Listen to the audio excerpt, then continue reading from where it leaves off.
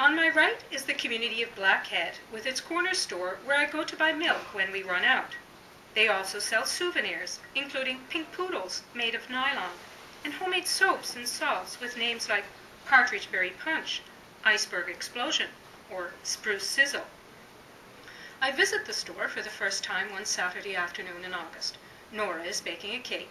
She runs out of baking powder, so I offer to fetch some. She gives me directions, and I find it without any trouble. I pull up in front of the one-story building with its yellow clapboard and red door. The hand-painted sign says Oliver's. Two girls are sitting on the steps, sucking on orange popsicles.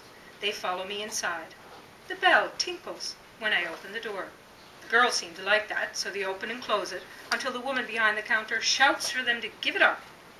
"Sorry, Mrs. Oliver," they respond in unison with their matching orange lips and mustaches. I ask if they have any baking powder. Mrs. Oliver seems surprised at the question, as if I'd made inquiries too personal.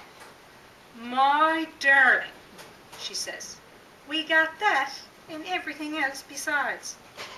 She rhymes off a line of products from baking soda and baking salts to baking flour.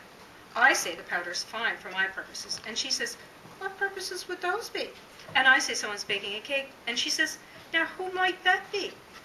And the conversation goes in the direction it always does. "How long you here for?" I know exactly what she means, unfortunately. "Long enough to buy the powder," I reply. "Is that so, darling?" she says. And I ask how much, and she wants to know if I'll be paying in Canadian dollars. And I tell her, "Of course." And she says, "Special price for strangers." And I say, "Not necessary." And she says, "Don't be talking." She places the tin of powder in a paper bag.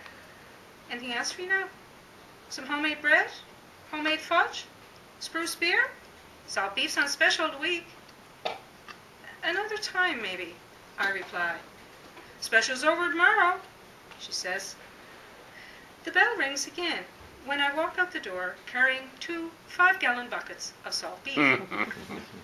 The girls with orange popsicle lips follow me outside. I turn the car's ignition over and over.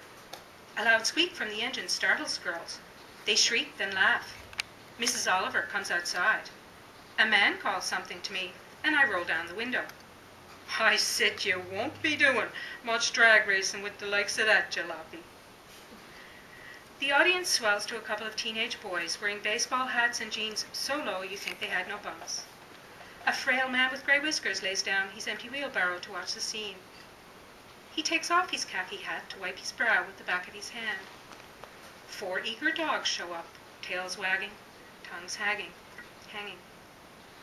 "How much do I owe you?" I say to the man after he diagnoses the problem and gives the battery a boost. "Go on with ya." He laughs. The others look at each other and laugh with him. We're all neighbours round here. I reach my hand out the window to give a final wave before I head onto the main road. They watch me so closely you'd swear it was the departure of a loved one heading off on a perilous journey. By the time I'm back at the house, Nora has given up on the cake.